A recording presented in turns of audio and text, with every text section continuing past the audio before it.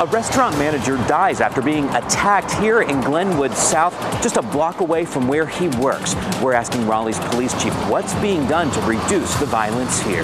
A local business review bombed and threatened over a case of mistaken identity from a viral video. We speak to the owner about what happened. We're not done with summer just yet. What to expect this holiday weekend and the new activity in the tropics. A live look at downtown Raleigh's skyline on this Friday. People going out tonight on Glenwood South will see more police in the popular nightlife spot. Thanks for joining us tonight. I'm Ashley Rowe. And I'm Dan Haggerty. There's some new numbers that show there have been 12 assaults and 17 weapons violations reported to RPD on Glenwood between Peace and Harwood and Hillsborough Streets in just the last 30 days alone. This is one of the latest victims of that violence. David Millette died this morning, nearly a week after being assaulted as bars were closing. WRAL's Matt Tallhelm pressed the city's police chief for answers about safety in this part of the city. He describes Millette as a kind guy with a huge heart. He says he would have been here on a busy Friday night. Instead, the restaurant is now closed due to that tragic loss. You can see they're asking for thoughts and prayers right now as his co-workers mourn a friend and manager. Employees of Midwood Smokehouse circled around the high-top tables outside the barbecue restaurant. They didn't come here to clock in hours or collect tips.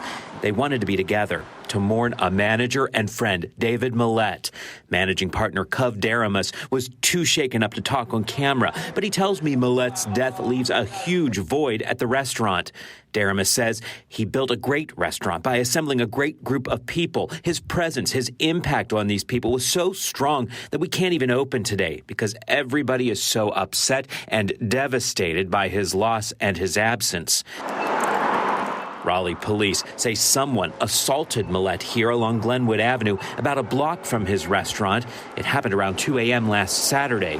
He survived for 6 days in the hospital before dying from his injuries. We are working it as a homicide investigation, yes. I asked Raleigh Police Chief Estella Patterson what the department is doing to stop violence like this in Glenwood South. We've increased our presence of officers down in that area. We're going to continue to do that to make sure that we have vibrancy in that area, but also that it's a safe environment. Is this the vibrancy that you want to create here? Certainly not. Raleigh City Councilor Jane Harrison says improving safety is a priority. The last 2 weekends, police have closed Glenwood to traffic during the busy bar hours and put more officers on patrol in the nightlife district. We're watching and we're going to take care of business, if something goes awry. Glenwood South Neighborhood Collaborative President Larry Miller says the increased police presence is making a difference. We hope that they find the resources and the resolve to continue that. Matt Tallhelm, WRAL News, Raleigh. And Raleigh police tell us no one has been arrested in connection with that deadly assault. We're told investigators are still interviewing witnesses and going through surveillance video from the area.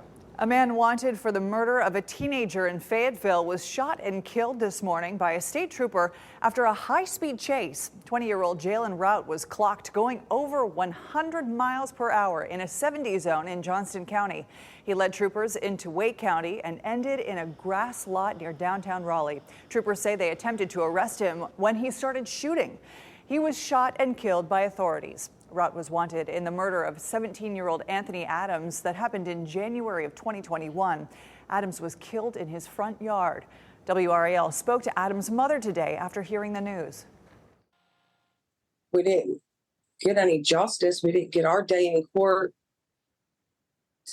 to get justice. So it's hard to really say how to feel right now. The trooper involved in the incident was Harrison Nazal of Johnston County. He is currently on administrative leave, which is standard procedure in a case like this. Right now, many families are heading to their holiday weekend destinations. Still one of the busiest times to be out on the roads. We have team coverage helping you navigate your holiday travel, plus a look at the current weekend forecast. First, for those of you heading to the coast, we have a warning from officials about dangerous rip currents. Still a problem along the coast. Adalia is long gone, but that storm and other activity in the tropics still making some concerning unsafe conditions. The state has also issued a warning about harmful bacteria possibly in those coastal waters because of the storm. people who weathered that storm this week were happy, though, to have one final sunny day before heading home. We had some good times. There were a few little rain showers here and there through the week, and then yesterday morning, probably around 5:30, that was probably the hardest wind that we felt at the house, and we definitely felt the top floors swaying a bit. Highway 12 is completely clear and passable, which is good, but DOT still asked to watch out for any crews working on that road to clear any excess sand or water. Taking a live look here at Carolina Beach. Boy, what an absolutely beautiful evening to usher in the holiday weekend. This is one of many beaches seeing dangerous surf. It doesn't look like it really right now, but it really is quite dangerous. Meteorologist Kat Campbell in the WRAL Severe Weather Center with the new rip current forecast for tomorrow. And that rip current threat remains high for the Outer Banks and extending down to about Surf City, a moderate risk for our southernmost beaches closer to Brunswick County. So we're going to keep an eye on this for you tomorrow. It could be adjusted. It's the preliminary forecast. The bottom line is that the rip current is not, the risk is not zero anywhere. So please make sure you review your rip current safety. Two systems to tell you about that developed or redeveloped today. We have Tropical Depression number 12 all the way on the other side of the ocean, and then Tropical Storm Gert actually redeveloped. It had fizzled out and faded. Neither poses a threat to the U.S. by any means or really any land. Franklin and Jose actually combined to some degree, but they're not going to strengthen and come together as any kind of superstorm or anything like that. For us, we've got great weather for Labor Day weekend locally. 84 tomorrow with the humidity staying low, but that will not last. So enjoy today, enjoy tomorrow, because the heat is coming back. By Labor Day, we are back up to 96. I'll have more on what's triggering the big warm up coming up, Ashley. Okay, Kat, thank you. And I'm Mark Boyle in the Live Center. Earlier this evening, we saw a lot of traffic out there on the roads. Right now at 7:06, no major issues. So if you're heading out tonight for dinner or heading to one of our beautiful beaches, now could be a good time to do so. Out on the roads, this is where it looks like. Still one issue, though, if you're heading out of Durham 85 into the lakes there just before Creedmoor. There is one crash. One lane is blocked in that direction. All new right now at 7 o'clock. RDU is out with the social media tweet or X post, if you will, highlighted in yellow. This is the recommendation to arrive at least 2 hours before your departure. Pack extra time this weekend because they are expecting those roadways to have some congestion in and out of the airport. We'll continue to track the roads and the airports as well as the weather this weekend right here on WRAL. Back to you. Mark, thank you. Now, if you're like me, before you shop at a new business, you always read the reviews online. Well, there's a Raleigh business. It started receiving this backlash, poor reviews, all because of some mistaken identity. Now the owner is doing damage control over a situation that actually took place at a bike shop with the same name in San Antonio, Texas. WRAL's Aaron Thomas is live outside Cycle Logic on Hillsborough Street. Man, this has to be stressful for that owner, Aaron. Dan, you know, it's certainly stressful and frustrating for a business when, you know, their main reputation, like any other business, is to make sure that their customers have quality service. Well, now this team here at Cycle Logic, they're putting the brakes on these bad reviews online after a case of mistaken identity. You got a new one-star review. Shop employees have no customer service skills. This is one of more than 20 customer reviews online targeting Cycle Logic in Raleigh. Owner Minori Sanchez-Foon says the business has been swamped with one-star reviews. Digesting these crazy comments, and eventually I saw one that referenced what everyone was talking about, and it was this YouTube video. Here's part of that video. It shows a customer threatening to sue the owner of Cycle Logic in San Antonio, Texas. The customer claims the owner tried taking his bike because he refused to pay more than $500 for repairs. The customer says the original quote was for $150. The mistreatment captured at Cycle Logic in San Antonio led to misdirected comments and threats at the Raleigh bike shop with the same name. I just had never understood what sort of mob mentality is like on the internet, and I mean, we were just getting a small percentage of what the real shop might be getting, and it was really stressful. Yeah, this is just an example that shows you how powerful and influential social media is. On our late news beginning at 10 on Fox 50 and WRAL News at 11, we'll explain what it took to get those comments online reviewed and how the owner here at Cycle Logic managed to maintain their reputation. Dan? It's a good, I mean, so many people use those before they shop somewhere or won't go somewhere because of a bad review. It's so important Glad they're getting it sorted out. Aaron Thomas live in Raleigh. Thanks, Aaron. The state Supreme Court upheld the death sentence in the murder of a Johnston County child. Jonathan Richardson was convicted of murdering 4-year-old Tegan Skiba in 2010. During the trial, evidence showed the child was abused and tortured.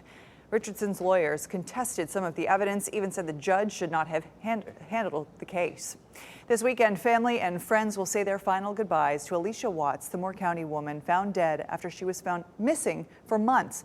Watts' service will be held Sunday at 2 p.m. in Owens Auditorium at Sandhills Community College in Southern Pines. She will be buried at nearby Mount Hope Cemetery. Her boyfriend, James Dunmore, is charged with her murder.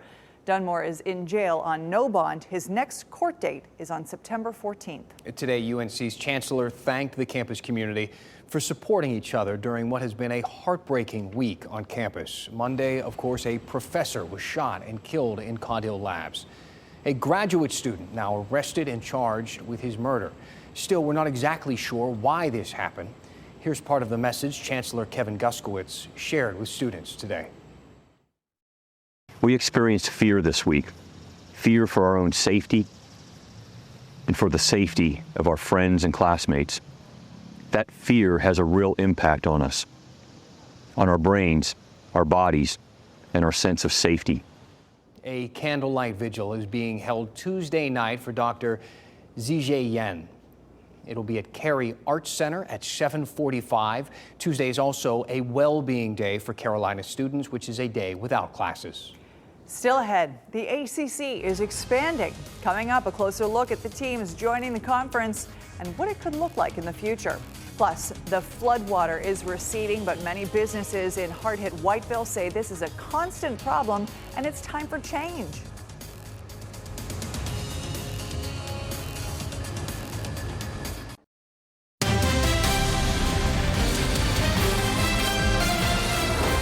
The ACC is expanding. The Atlantic Coast Conference is inviting Stanford, California, and SMU to join the league in the 2024-2025 year. This will bring the league's total membership to 18 schools. WRAL's Brian Murphy breaking this story for us this morning. He joins us now with what this will mean for the conference.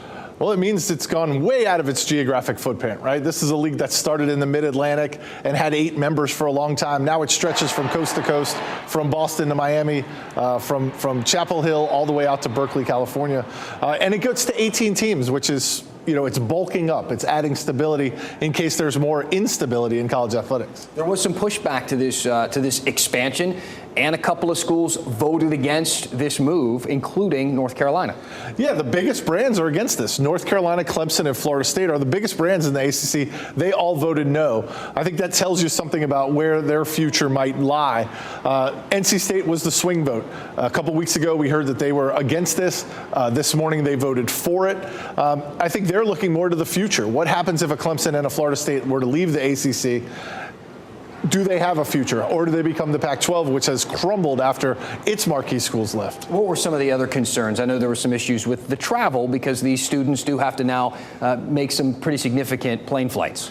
Yeah, travel played a large role. And I think the other thing that Clemson, Florida State, and North Carolina were unhappy with is that the revenue just wasn't enough. There wasn't enough money coming from the additions of Stanford, Cal, and SMU to justify all the other stuff, to justify expanding the conference from coast to coast, to justify the travel for college athletes. Some people, some diehard ACC folks are saying, hey, this is just the beginning of the end of the ACC. What do you think about that take? Yeah, I mean, college athletics is always changing. The ACC is, as we knew it, as many of us grew up with it, is gone. It is no longer that 9-team league where everybody plays each other twice. It is now a league that spans from coast to coast. I think the ACC is all about survival at this point. With the SEC and the Big Ten generating such massive revenue, the ACC had to do something, and I think this will provide some stability, some extra revenue, and may help them outlast the Big 12, which at this point is probably their biggest competitor. All right, mixing things up. We're seeing growth. Brian Murphy, thank you so much, and good job breaking the story. Thank you. And as we talk about college, let's pivot to high school. Don't forget, it is Football Friday. You can watch all your favorite high school teams in action tonight here on WRAL. It kicks off at 11:35 p.m. Law enforcement wants you to be careful on the roads and in the water this holiday weekend. The Labor Day Booze It and Lose It campaign is underway. Statewide, you'll see stepped-up patrols watching for impaired drivers. You'll also see patrols on the waters watching for impaired boaters. The campaign lasts until Monday, September 11th. Floodwater is receding in Columbus County, one of the hardest hit areas in the state from Tropical Storm Idalia. But now business owners are tasked with cleanup in order to get their doors back open. Many were still working to get water out of their businesses. They were using everything they could: brooms, dryers, air pumps. The owner of a staple restaurant says this is a routine that he has been through before. After being hit so many times, you just quit wanting to get up. And this ain't my first rodeo. I'm tired. I'm tired. Officials with the city and Duke Energy were out surveying damage today. FEMA and the Red Cross were also there offering their help as needed.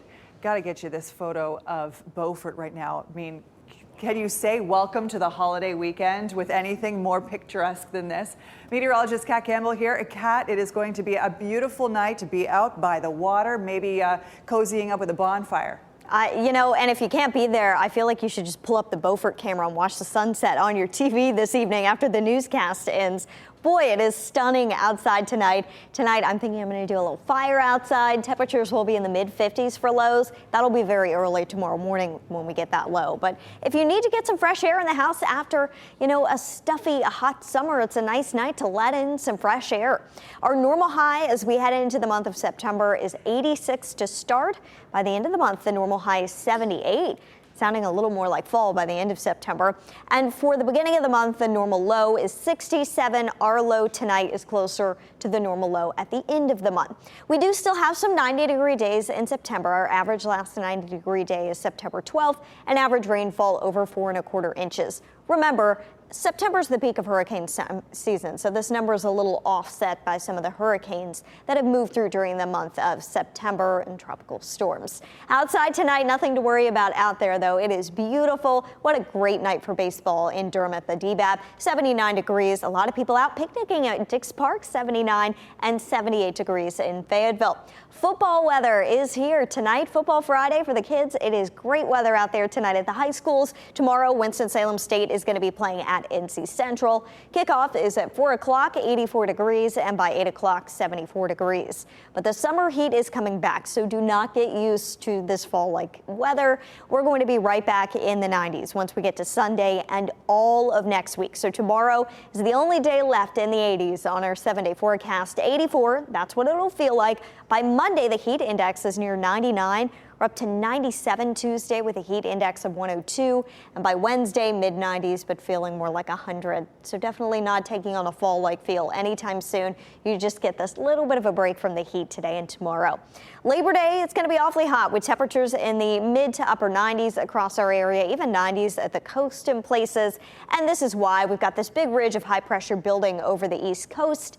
For now, things are pretty quiet at the jet stream level, but the ridge, this arch you see here, begins to build in on Saturday over Texas, shifting to the east as we get into Sunday and next week. And that brings the 90s back to the forecast. Also, some pretty quiet weather along with it. We don't have very high rain chances, mainly dry with those hot temperatures to start the week, a 20% chance for rain Thursday, and a chance of a stray storm popping up on Friday as well. Ashley and Dan? I think for all those folks who got inches of rain this week, seeing a quiet week ahead is probably welcome news. That'll do. Thanks, Kat.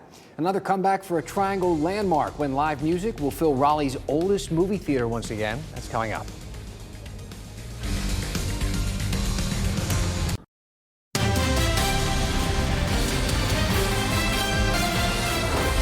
Travis Scott adding a second Raleigh stop to his upcoming Utopia Circus Maximus tour. This guy's selling out shows all over the country. Scott added 11 new dates on his tour after the initial tour dates all sold out. The October 13th tour date in Raleigh at PNC Arena is sold out too, but Scott will now be performing on October 14th as well, and then playing a sold out show in Charlotte on October the 11th. Good to be him. Live music is coming back to the Rialto. The new owners of the theater in Raleigh's Five Points neighborhood are bringing back a concert series beginning in November. It'll feature Americana, R&B, and holiday music performers. This will be the first time Rialto has hosted live music guests since the early 2000s. The theater was known for its live music back in the 80s and the 90s. Fun. And hey, you can celebrate Labor Day at the Cumberland County Fair. The fairgrounds at the Crown Complex opened up at 5 o'clock today for the first time.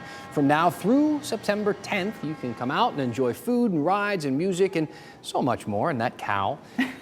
Tickets are $10 for people 13 and older, $5 for kids. You can buy them at the gates or online at the crowncomplexnc.com. You can also purchase ride wristbands for $30 per person on the Midway.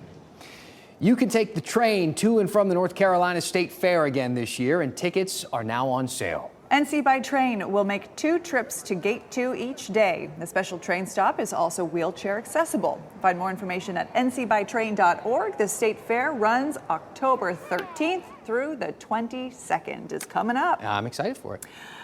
This is one of our favorite stories of the day. Journalist, photographer, cat rescuer. A WRAL journalist, you see Vinny there. He saved this tiny kitten today. Vinny's wife heard a noise before she got into her car to head home from work.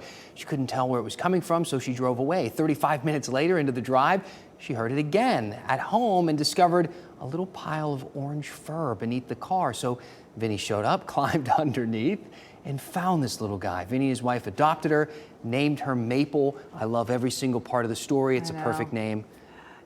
So he gave her a bath about a couple hours ago. Did not go great. Okay, yeah. We need to do an update on that story. I want to see that picture. Exactly. Our new mascot, Maple. Exactly. Thanks for joining us tonight and making WRAL your choice for local news. Have a great holiday weekend. Our next newscast is at 10 on Fox 50 and 11 on WRAL. Have a great night. Keep watching WRAL News over the air Channel 34 and Spectrum Channel 1257.